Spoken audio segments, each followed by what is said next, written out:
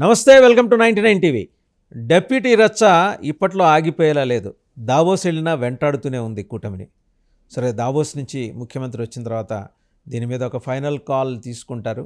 అనవసరంగా మాట్లాడుతున్న టీడీపీ శ్రేణులు కార్యకర్తలకి ఆల్రెడీ సీఎం గట్టి వార్నింగ్ ఇచ్చారు. సో అందరూ ఒక్కసారి సైలెంట్ అయిపోయారు. ఇటు జన సైనిక్స్ కూడా ఊగిపోతున్నారు, పూనకాల లోడింగ్.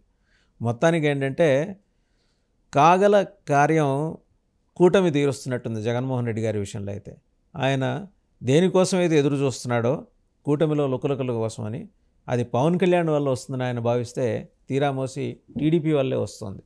ఇవన్నీ గమనిస్తోంది వైసీపీ. ఓవరాల్గా రాబోయే నెల రోజుల్లో ఏం జరగబోతోంది, ఆ తర్వాత ఉగాది దాకా కూటమి వేసుకున్న స్కెచ్ ఏంటి, ఇక రకరకాల అంశాలు, వీటన్నిటి మీద సమగ్రంగా విశ్లేషించడానికి మనతో ఉన్నారు పొలిటికల్ అనలిస్ట్ కేఎస్ ప్రసాద్ గారు. నమస్తే కేఎస్ ప్రసాద్ గారు. నమస్తే అండి. ట్వీట్ వార్ మొదలైంది. ఎక్స్ ప్లాట్ఫామ్ మీద లైన్స్ క్రాస్ చేసి మరి తిట్లు, శాపనార్థాలు, బూతులు చూస్తుంటే రెండు వైపులా అసలు వీళ్ళ ప్రత్యర్థి జగన్మోహన్ రెడ్డా లేకపోతే వాళ్ళల్లో వాళ్ళే తగులాడుకుంటున్నారా? ఇంత అర్జెంటుగా ఈ డిమాండ్ని తెర మీదకి తీసుకురావటం వెనక ఎవరున్నారు, కారణం ఏంటి? దాంతోపాటు సీఎం నివాసం నుంచి, సెక్రటేరియట్ నుంచి ఇన్ఫర్మేషన్ ఎట్లా బయటికి లీక్ అవుతుంది? అంబటి రాంబాబుకి నెక్స్ట్ మినిట్ వచ్చేస్తుంది, అంబటి రాంబాబుకి సీఎం ఆఫీస్లో ఏం జరగదు, లేకపోతే పేర్ని నాని గారికి వచ్చేస్తుంది. ఎట్లా వస్తుంది ఇదంతా? ఈ 6-7 నెలల ప్రభుత్వ పరిపాలన కనుక చూస్తుంటే మనకి పనికాహార పథకం లాగా ఒక్కొక్క నెల ఒక్కొక్క పథకం ఇచ్చి దాన్ని ప్రజల్లో చర్చనీయాంశాలు చేసి దాంట్లోంచి ఒక అవుట్కమ్ డెరైవ్ అవ్వడం కన్నా ప్రతి సబ్జెక్ట్ని డైవర్ట్ చేసుకుంటూ ముందుకెళ్తున్నారు. ఈ నెలకి డిప్యూటీ సీఎం అనేది ఒక ఎరేసర్. మీరు కూడా జగన్మోహన్ రెడ్డిలానే మాడుతున్నారు, నెలకోటి అని చెప్పేసి. ఆయన మాట అంటే మీరు మాడుతున్నారు.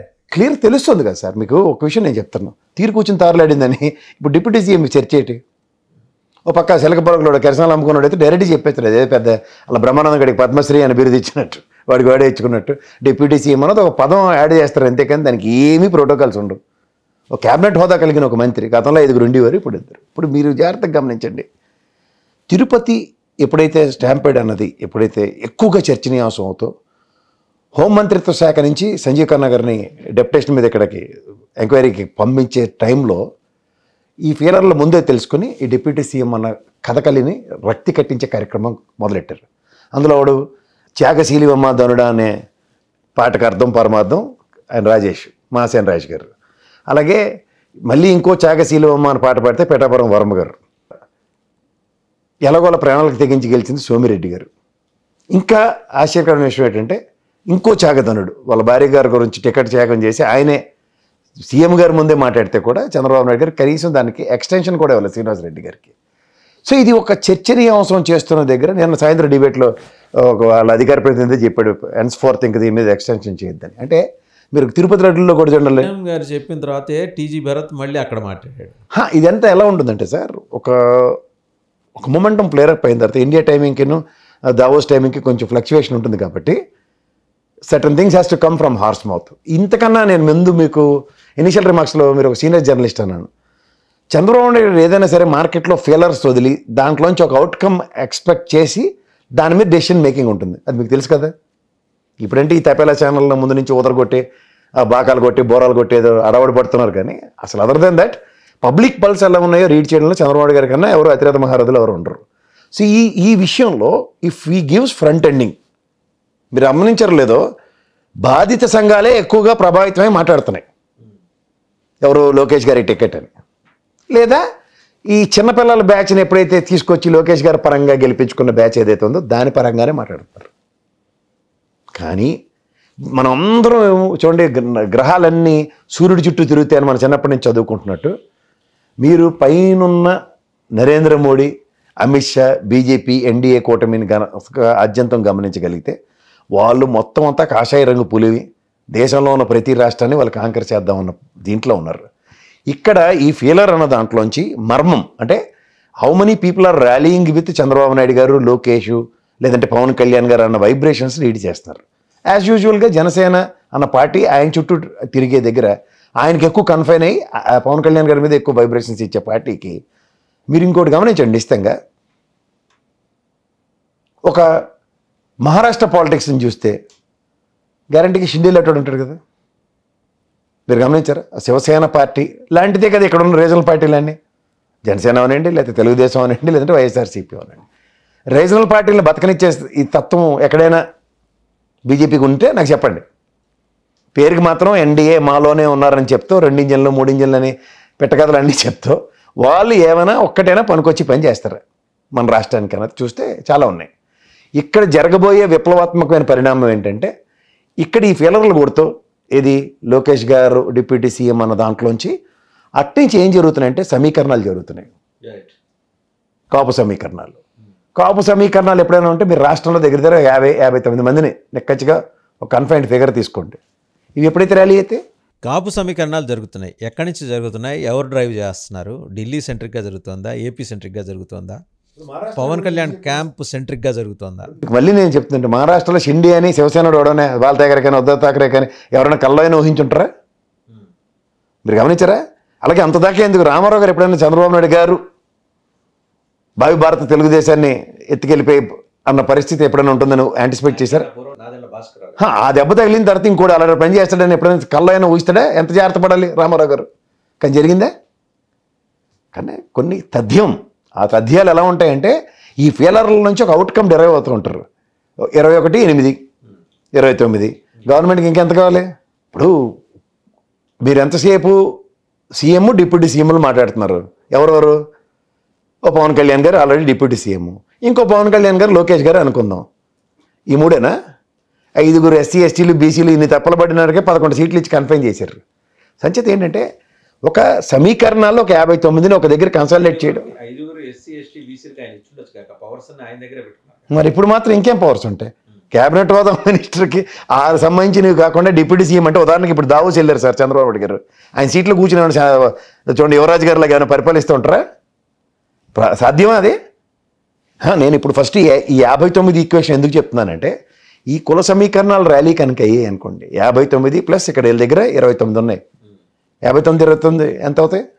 దగ్గర గవర్నమెంట్ ఫామ్ చేయడానికి ఈక్వేషన్స్ ఉన్నాయి కదా. గవర్నమెంట్ ఫామ్ చేయడానికి ఈక్వేషన్స్ ఉన్నాయి కదా. ఆ పంధ మహారాష్ట్ర రాజకీయానికి ఇక్కడ తెరలేపుతున్నారు. అంచేత ఇట్నుంచి ఫెయిలర్లు అట్నుంచి ఫెయిలర్లు అందు కాకుండా ముఖ్యంగా ఇందులోంచి ఏంటంటే జగన్మోహన్ రెడ్డి గారికి 59 ఎక్కడి నుంచి వస్తారు? 29 ఎవరున్నారు? అంటే మీరు బీజేపీ జనసేన కలిపి 29. ఇవి కాక 59. ఆ exact figure how could you able to illicit? ఒక విషయం చెప్తున్నాను. ఎందుకు చెప్తున్నానంటే మీరు నిన్న కాక మొన్న ఒక ఈనాడు పేపర్ ఒక సర్వే ఇచ్చింది చూసారా? ఇది 1 కోటి మంది దాని దగ్గర 11 నియోజకవర్గాల్లో 1,00,000 పైన సభ్యత్వాలు ఉన్నాయి. యాజ్ యూజువల్గా 54 ఎప్పుడు చెప్తాను చూడండి, 45 స్థానాల్లో తెలుగుదేశం ఉనికి ఉండదని. సో అలా మీరు దగ్గర దగ్గర 50 పైచీలకి స్థానాల్లో వాళ్ళకి మెంబర్షిప్ డ్రైవ్ సరిగ్గా అవ్వలేదు. మిగిలిన 54 దగ్గర దగ్గర 50,000 అయ్యాయి. ఇవి చూసుకోండి ఒకసారి. ఇది ఒకటి. రెండోది ఏంటంటే ఇది ఒకటి పైనుంచి జరుగుతున్న ఈక్వేషన్ అనుకుంటే, రెండో ఈక్వేషన్ ఏంటి తెలుసా సార్? జగన్మోహన్ రెడ్డి గారిని యథా రాజా తదా ప్రజా అన్నట్టు మళ్ళీ పవన్ కళ్యాణ్ గారి టెరిటరీలోనే ఫిక్స్ చేస్తున్నారు. మీకు రాజకీయం అంతా పవన్ కళ్యాణ్ గారు చుట్టే మాట్లాడుకుంటూ అలా 5 ఏళ్ళు కాలక్షేపం చేసుకున్నారు. మీరు గమనించారా? ఆయన ఏమనుకున్నాడు, ఈయనొక్కడిని ఇండిపెండెంట్గా నిలబెట్టేస్తే మన పని ఈజీ అయిపోతుంది అనుకున్నారు. కానీ ఎప్పుడైతే ఆయన ర్యాలీ అయిపోయాడో ఈ కష్టాలు నెత్తికేసుకుని ఇప్పుడు మళ్ళీ మొదటికి తీసుకొచ్చారు. మళ్ళీ సీఎం అని ప్రోకేయింగ్.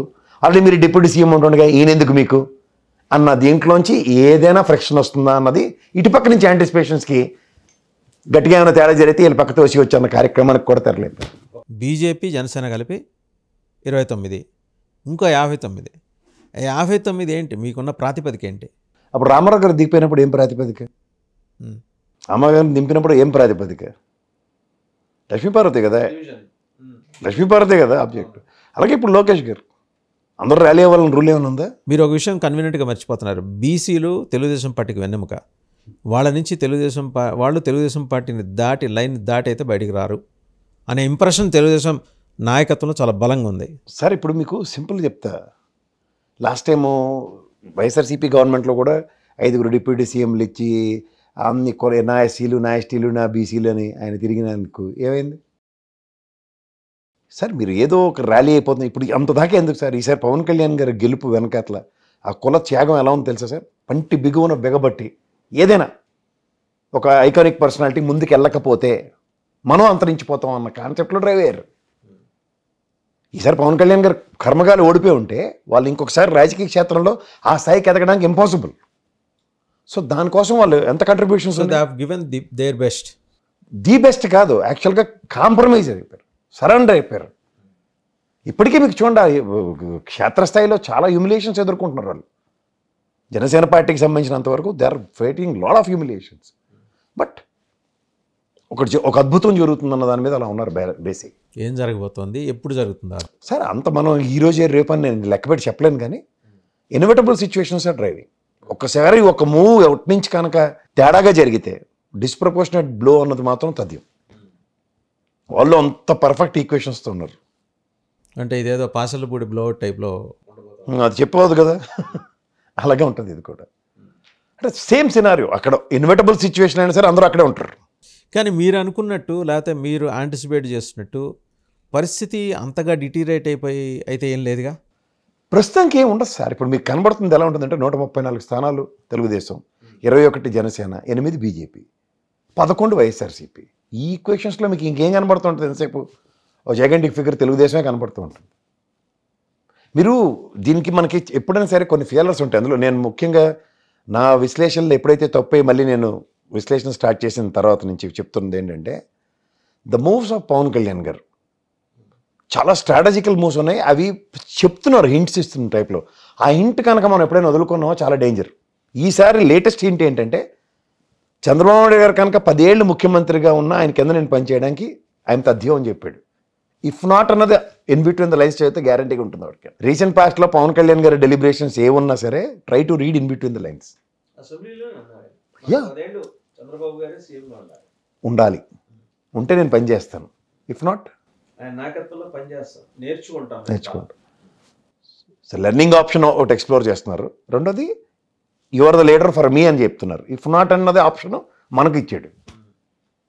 ఇఫ్ నాట్ మీద ఎక్కువ ఫోకస్ చేస్తున్నాను నేను. అంటే ఆయనైతే ఒక పర్ఫెక్ట్ స్ట్రాటజీ తోటే ముందుకెళ్తున్నాడు. స్ట్రాటజీ అని నేను అన్ను. ఒక స్ట్రాటజీకి ఆయన బ్రహ్మాండంగా ఎగ్జిక్యూట్ చేస్తున్నాడు. అది బీజేపీ స్ట్రాటజీ, ఆయనదే ఉండదు సార్. ఈసారి ఎన్డీఏ దాంట్లో మెలడోనై యువతల తెలుగుదేశాన్ని అటు బీజేపీని పాసిఫై చేయడంలోనే వైటల్ రోల్ ప్లే చేసాడు ఆయన. మిగిలినంత స్ట్రింగ్స్ అన్నీ బీజేపీ హ్యాండ్ ఓవర్లోనే ఉన్నాయి. ఈవెన్ టుడే తెలుగుదేశం 134 కాంకర్ చేసిన the strings are still with.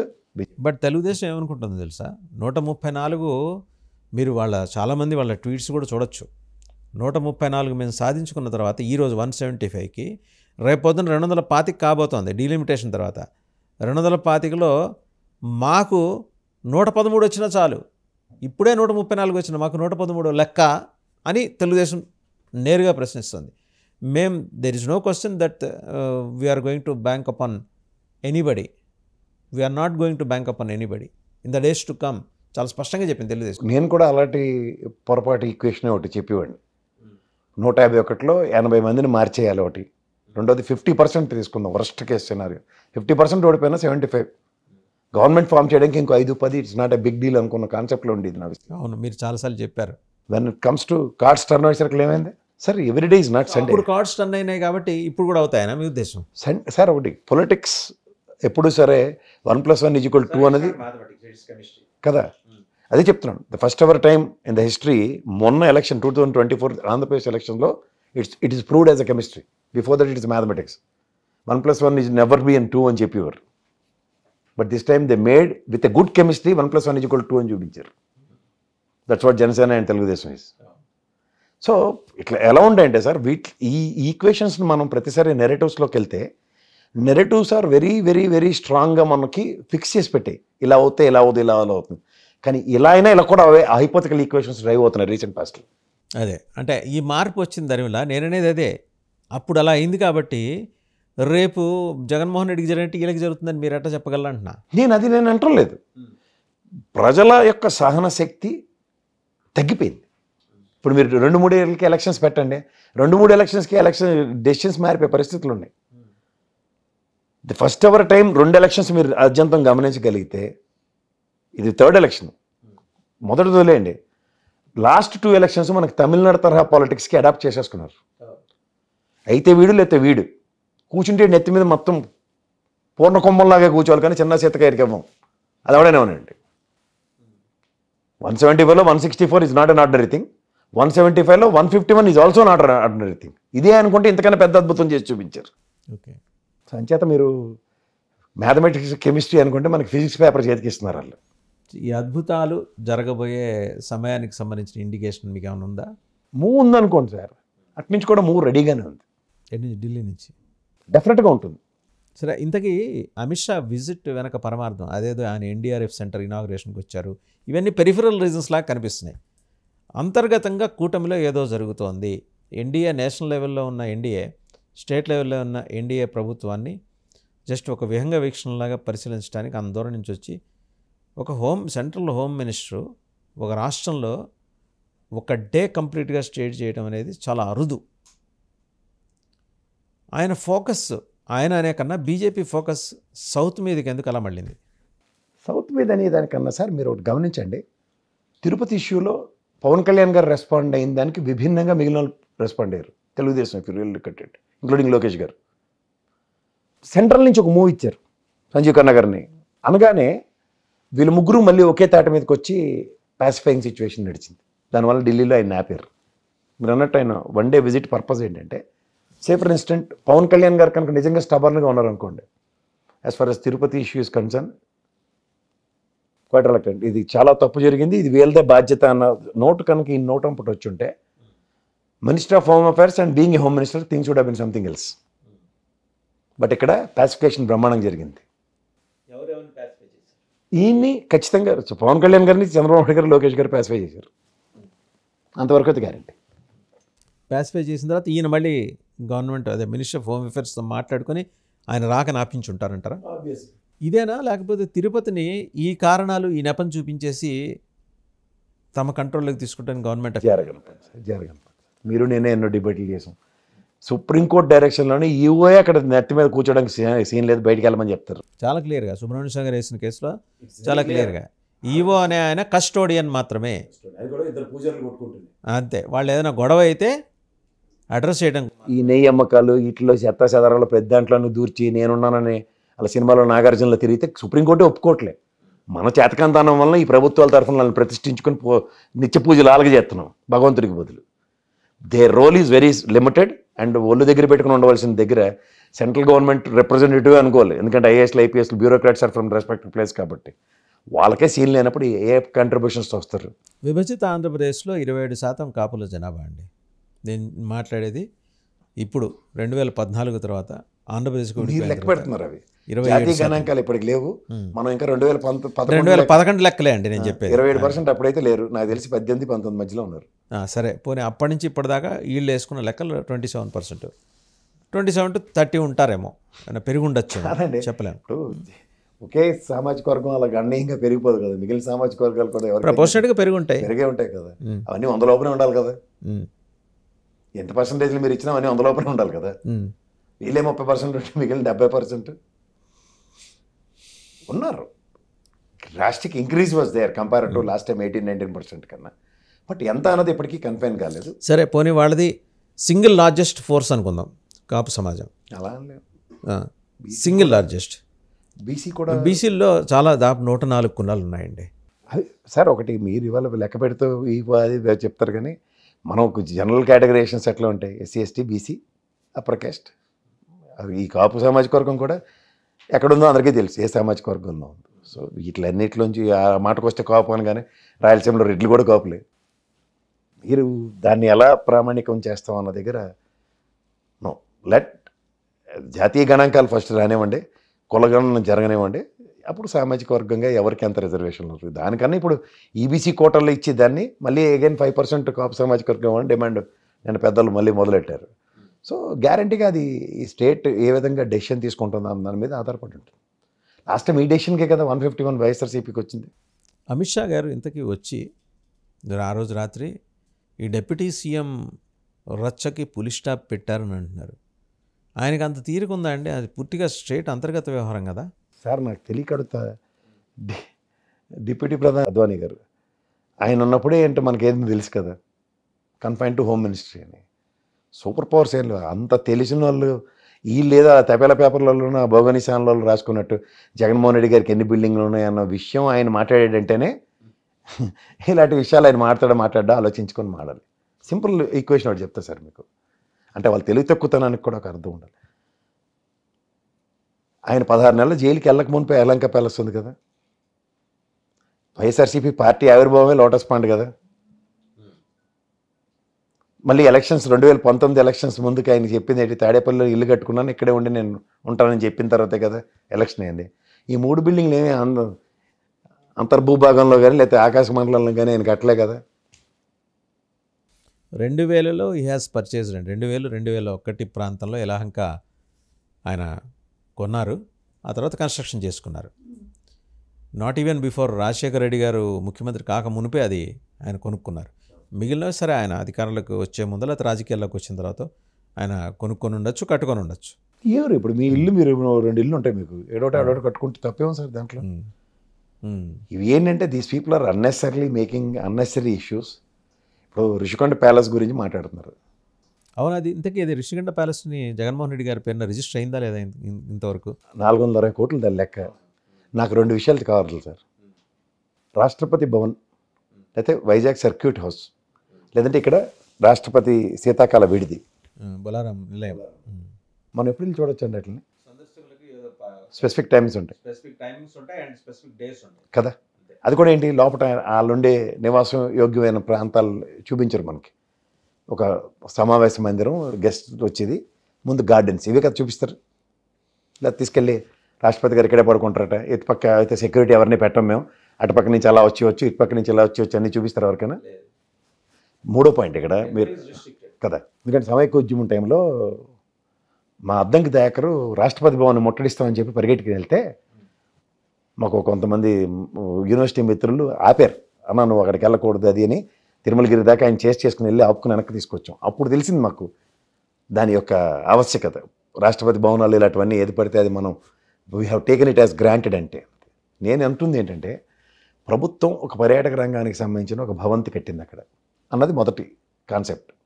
అంటే ఇది విజయనగర్, గోదావరి, కావేరి, ఇవే 4-5-6 బ్లాకులు పెట్టారు. ఎందుకంటే రామారావు గారు ఎప్పుడో 1980-90 మధ్యలో కట్టింది ఏదైతే ఉందో అవన్నీ కూలికి చచ్చిపోయే పరిస్థితి ఉంటే కొత్తవి కట్టారు పర్యాటక సంఘం. నాకు ఒక ఇన్ఫర్మేషన్ ఏంటంటే, ఈ ఒక బ్లాక్ని స్పెసిఫిక్గా గవర్నర్ కానీ ప్రెసిడెంట్ కానీ, లేదంటే ఇన్ కేసు మనకు హుదూద్ తిత్లీ తుఫాన్ లాంటివి ఏమైనా వస్తే చీఫ్ మినిస్టర్ గారు కూడా అక్కడి నుంచి పర్యవేక్షణ కోసం అన్న కాన్సెప్ట్లో దాన్ని మోడ్యులేట్ చేశారు. మిగిలినవి పర్యాటక శాఖ. అందుకని సెక్యూరిటీ రీజన్స్తో పైకి తీసుకెళ్ళలేదు అన్నది ఒకసారి నేను, ఎందుకంటే మీ ఛానల్లోనే నేను చాలా డిబేట్లు చేశాను. ఋషికొండ గుండు కొట్టేశారు, ఇలా చేశారు, అలా చేశారు, ఈ బ్లాక్ ఏంటి ఆ బ్లాక్ ఏంటి అంటే నేను కూడా చాలాసార్లు చెప్పాను, ఒక డిస్ప్లే ఏదో పెట్టి ఇలా కడుతున్నాం అన్నది. ఎందుకంటే సెక్రటరియట్ ముందు మనకి లోపలికి ప్రవేశం పెట్టబోయిన తెలంగాణలో బిల్డింగ్ మాడ్యూల్ అయితే పెట్టారు, ఇట్లా ఉంటుందని బ్లాక్, అది కూడా లేదు అక్కడ. సో ఈ విషయమే చాలా డిబేట్లు అయిన తర్వాత లాస్ట్ నాకు ఒకతను, ఒక చీఫ్ సెక్యూరిటీ ఆఫీసర్ లాంటి ఒకతను పోలీస్ డిపార్ట్మెంట్, ఆయన చెప్పాడు రేపు పొద్దున one of the block may given it to governor or this thing, circuit house ఎలా ఉందో దాని రీప్లేస్మెంట్ ఇది. నా సర్క్యూట్ హౌస్ నేను పుట్టిన కాడి నుంచి అక్కడే ఉంది అది. సో ఆ కాన్సెప్ట్లో దానికి సెక్యూరిటీ రీజన్స్ మెయింటైన్ చేసి ఉంటారు అన్నది నాకు ఒక అపోహ. నిజం, what ever you name it as. But it doesn't mean that అది జగన్మోహన్ రెడ్డి గారి పేరు మీద రిజిస్టర్ అయింది, జగన్మోహన్ రెడ్డి గారి బంగ్లా అంటే చాలా తప్పు. అది వీళ్ళు అన్నారు కదా జగన్మోహన్ రెడ్డి గారి సొంతానికి కట్టించుకున్నారని. ఎవరు ఎలా కట్టించుకుంటారు సార్, నాకు తెలియకూడదు. ఈవెన్ మనం పోనీ ఆయనైనా కూడా సొంతానికి కట్టించుకున్నప్పుడు ఆ రిజిస్ట్రేషన్ పేపర్స్ జనం ముందు పెడితే సరిపోయేదిగా. సార్ ఇంకో మాట, సరే సార్ మనం ఇక్కడ మనకి ప్రగతి భవన్ ఉంది, నిజంగా కేసీఆర్ గారు సొంతం కట్టించుకున్నారు, ఆయన ఎలా కౌంటర్ అలా కట్టించుకున్నారు, ఏది పడితే అందరూ మాట్లాడాం మనం అనుకుందాం. కానీ కరెక్ట్గా ఎలక్షన్ అయిన తర్వాత ఆయన ఓటమి తర్వాత మా సీతక్క వాళ్ళు మా బట్టన్న కూర్చుని ఉన్నారు ఒక్కొక్క బ్లాక్లోనూ. What's wrong in it? ఇవాళ చంద్రబాబు నాయుడు గారు నేను అక్కడ సీఎం క్యాంప్ ఆఫీసే పెట్టుకుంటాను అన్నారు అనుకోండి, లేదా నేను ఇవాళ హుదూద్ తిత్లీ తుఫాన్ లాంటిది వస్తే ఇక్కడి నుంచి నేను పర్యవేక్షిస్తాను అన్నారు అనుకోండి, ఎవరు ఆపుతారు? అంటే జగన్మోహన్ రెడ్డి లేదంటే ఇక్కడ ఫలక్నామా ప్యాలెస్ లాగా. ఒకటి sir straight question, Jaganmohan Reddy గారు కట్టారు కాబట్టి అది మైలపడిపోయింది, దాంట్లోకి వెళ్ళి వెళ్తారా? మరి సెక్రటరీ చంద్రబాబు గారు కట్టారు కాబట్టి మా జయలలితలో నెలని చెప్పి ఆయన కొత్త భవనం కట్టలే కదా. ఎప్పుడు వెళ్ళాడు జగన్మోహన్ రెడ్డి గారు? మొత్తం ఆయన సీఎం క్యాంప్ ఆఫీస్ నుంచే కదా పరిపాలన చేసి. అవునండి, సెక్రటరీ వదిలేండి సార్, వాట్ అబౌట్ అసెంబ్లీ? దానికైతే వెళ్ళకుండా లేడు కదా, అది చంద్రబాబు నాయుడు గారు కట్టినవి కదా, టెంపరీ బిల్డింగ్ అని ఏదో చెప్పారు. కానీ అది కాదు sir, motto is not that, something else. They want to prove that point according to their whims and fans. అంటే ఎవరి వల్ల కాదు అది. ఏం ప్రూవ్ చేశారు? ఏం సాధించారు? ఇప్పుడు 434 కోట్లు పెట్టి దాన్ని కట్టాడు ఆ బిల్డింగ్. జగన్మోహన్ రెడ్డి ఆయన ఇంటికి కట్టుకున్నట్టు ఠా అని 5 ఏళ్ళు కాలక్షేపం చేస్తే దానివల్ల ప్రయోజనం ఏముంది? నెక్స్ట్ ఒకవేళ అదృష్టంకో దురదృష్టంకో నెక్స్ట్ గవర్నమెంట్ ఆల్దే వచ్చింది అనుకోండి జగన్మోహన్ రెడ్డి, నేనైతే ఈ పని చేశాను ఇక్కడ అని చెప్పితే 5 ఏళ్ళు వీళ్ళు చేయనట్టే కదా. ఏందో ఫలక్నామా ప్యాలెస్ లాగా కింద నుంచి బగ్గీలో పైకి తీసుకెళ్తాం, భోజనం పెడతాం, 3,000 భోజనం అని స్టార్ట్ చేశారు అనుకోండి కాన్సెప్ట్. జనం ఇవ్వబడతారే ఉంది. ఏమో టూరిజం హబ్బే కదా సార్. ఇక్కడ మీరు ఫలక్నామా ఫైనాన్స్ బుక్ చేయండి, ఎప్పుడైనా ఖాళీ ఉంటుందా? చాలా రేర్ అది. వివిఐపీలకు మాత్రమే దొరుకుతుంది కదా. మనలాంటి కొంచెం ఇబ్బందే కదా. అటువంటి యూట్యూబర్ పాపం పిల్లలు తీసుకెళ్ళి తినిపించాను అదే చెప్తుంటే వింతగానే చూసాం మనం. ఏమో అలాంటిది ఏదో జరగవచ్చు కదా. నేను చిన్నప్పుడు మామూలుగా ఇది రామకృష్ణ బీచ్ పై నుంచి పైకి వెళ్తుంటే ఈ అమెరికన్ హాస్పిటల్ తప్ప ఇంకోటి ఉండేది కాదు. తర్వాత ఇప్పుడు ఎన్నో వచ్చాయి, తాజ్ హోటల్ వచ్చింది, నోటల్ వచ్చింది, ఎన్నో వచ్చాయి. అద్భుతాలకి వేదిక అవుతాయి సార్ కొన్ని ప్లేసులు. వాటి డౌన్ ద లైన్ ఒక ప్రైడ్, ఒక బిల్డింగ్ ఏమైనా ఆంధ్రప్రదేశ్లో చెప్పండి ఈరోజు దాకా దగ్గర లేని దగ్గర, ఇవాళ మనం రుషికొండ ప్యాలెస్ అని చెప్తున్నాం కదా. Right. Coming back to AP politics, అంటే పొలిటికల్ ఫ్రంట్లోకి వచ్చేసరికి ఈరోజు మీరు your trying to connect two unconnectable things. Tirupati దుర్ఘటనకి సబ్సిక్వెంట్గా లోకేష్ గారిని డిప్యూటీ సీఎం చేయాలన్న డిమాండ్కి మధ్య లింక్ని ఎస్టాబ్లిష్ చేసే ప్రయత్నం చేస్తూ వచ్చారు. ఏం అవసరం ఉంటుంది తెలుగుదేశానికి దీన్ని ఈ లింక్ని ఎస్టాబ్లిష్ చేయాల్సిన? లేకపోతే ఈయన పెట్టిన పూర్ణకొమ్మ వచ్చి తీసుకెళ్ళిన పాపానికి టీటీడీ చైర్మన్ చేస్తారు, అన్ని వేళ్ళు అట్టే చూపిస్తున్నాయి. ఎంతసేపు పడుతుంది దాన్ని ఎత్తుకు కింద కూర్చోబెట్టడానికి? First of all single judge కాదు sir Chandrababu Naidu garu first visit తిరుపతికి వెళ్ళిన వెంటనే ఈవోని చైర్మన్ని సస్పెండ్ చేసి మాట్లాడాలి అసలు. అంటే ఒక 10 రోజుల పాటు ఉత్సవాలు అనుకున్న క్రమంలో భక్తులకి వేరే రాంగ్ సిగ్నల్స్ ఉండే ఉద్దేశంతో ఒక ఎబుల్ అడ్మినిస్ట్రేటర్ అండి ఆయన, కొంత లాంగ్ విజన్ తోటి ఆలోచించి అయిపోయిన తర్వాత చూద్దాంలే అని కాస్త విరామం ప్రకటించి ఉండొచ్చు కదా. మీరు ఎందుకు ఆలోచించలేకపోతున్నారు? ఎందుకంటే చంద్రబాబు నాయుడు గారు 95 చీఫ్ మినిస్టర్ అన్నాడు. ఎందుకంటే నెరేటివ్ని ఎప్పుడు నేను వదలను. 95 చీఫ్ మినిస్టర్ చూస్తారంటే స్పాట్లో ఎత్తేస్తారు ఆయన. రెండోది మీరు అన్నట్టు is a very good administrator, without these people also will administrate. That's his competency. That's what I'm saying. ఇవాళ అక్కడేం రాకెట్స్, మీకు ఇక్కడ అన్ని కాంట్రడిక్షన్స్ సార్. నేను ఒక కాంట్రడిక్షన్స్ ఎక్కడంటే చంద్రబాబు నాయుడు గారి కిందన ద్వాదశి ఏకాదశి తప్ప ఈ 10 రోజులు ఏంటి అన్న దగ్గర 10 రోజులు కంటిన్యూస్గా టికెట్లు ఇచ్చాడు.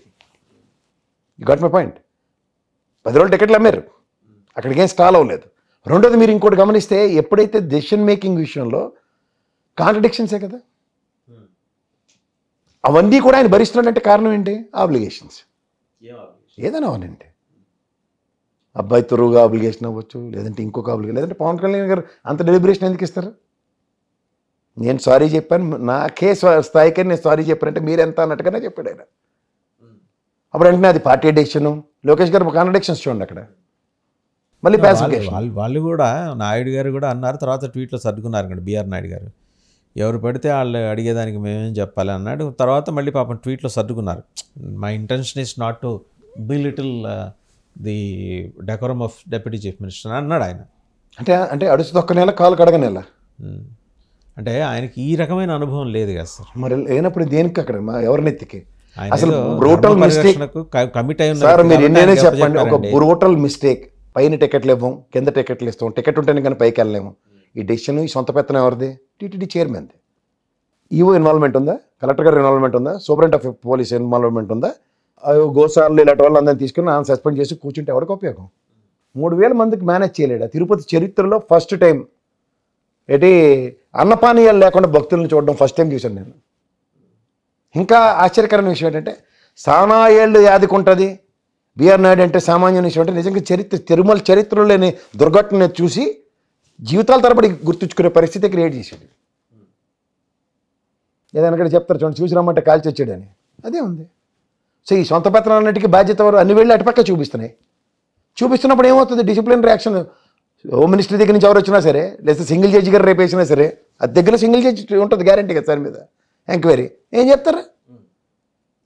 మనోడు సొంత పెత్తనం సార్, దీనివల్ల ఉపద్రవం వచ్చిందని ఒకే ఒక కాగితం ఇచ్చారు అనుకోండి, ఏడు చేస్తారు నెక్స్ట్ చర్యలు. మీరు అన్నట్టు ఉపద్రవం ఏంటంటే ఈయన చైర్మన్ సస్పెండ్ చేస్తే ఆబ్వియస్గా బోర్డు కూడా రద్దు అవుతుంది.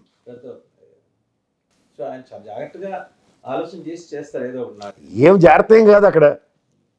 3లో 2 గ్రూపులు, చైర్మన్, జేఈఓ ఒకటి, జేఈఓ అండ్ ఈఓ సమన్వయ లోపం, ఈఓను ఒంటరివాణి చేయడం. ఈ జేఈఓ అండ్ టీటీడీ చైర్మన్ అంటే సేమ్ క్యాస్ట్ ఈక్వేషను. ఇక్కడ మీరు చెప్పిన బీసీ ఈక్వేషను ఎన్ని జస్టిఫై అవుతాయి? ఒక పక్క ఈఓ మీద యాక్షన్ తీసుకుందాం అంటే ఇటుపక్క యాక్షన్ తీసుకుందాం అంటే ఇటుపక్క అని చెప్పి ఏంటంటే ముందు ఏదో పవన్ కళ్యాణ్ గారిని మళ్ళీ ఆయనతోనే ఒక మూమెంటం క్రియేట్ చేద్దాం అన్న దగ్గర ఆయన చాలా బ్రహ్మాండంగా సారీ చెప్పాడు ఆయన ఫస్ట్.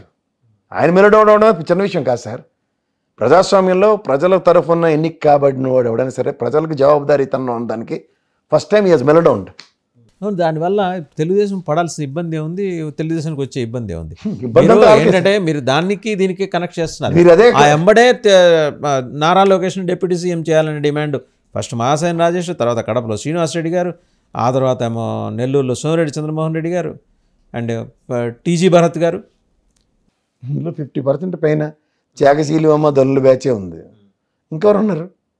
మీరు నేను అంటుంది అదే సార్. ఇప్పుడు 10 మెట్లు పైకి ఎక్కిన పవన్ కళ్యాణ్ టకటకమని ఆయన సారీ చెప్పి ప్రజాప్రతినిధి చేయవలసిన ప్రైమరీ రోల్ జస్టిఫై చేశాడు.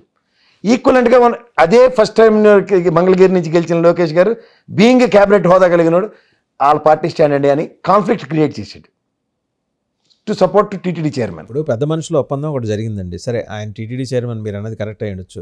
టీటీడీ చైర్మన్కి మద్దతుగా ఉండటం కోసం అది కూడా ఏంటంటే ఆయన ఏదో ఆ ప్రోగ్రామ్కి వెళ్ళారు. ఎన్టీఆర్ వర్ధంతి కార్యక్రమానికి ఘాట్కి వెళ్ళినప్పుడు ఆయన వెళ్తుంటే మీడియా వాళ్ళు వచ్చి ఏదో క్వశ్చన్ వేసేసరికి ఆ రీలో ఆయన చెప్పారు ఆయనకి. లోకేష్కి ఎందుకు ఆ ఇంటెన్షన్ ఉంటుందండి?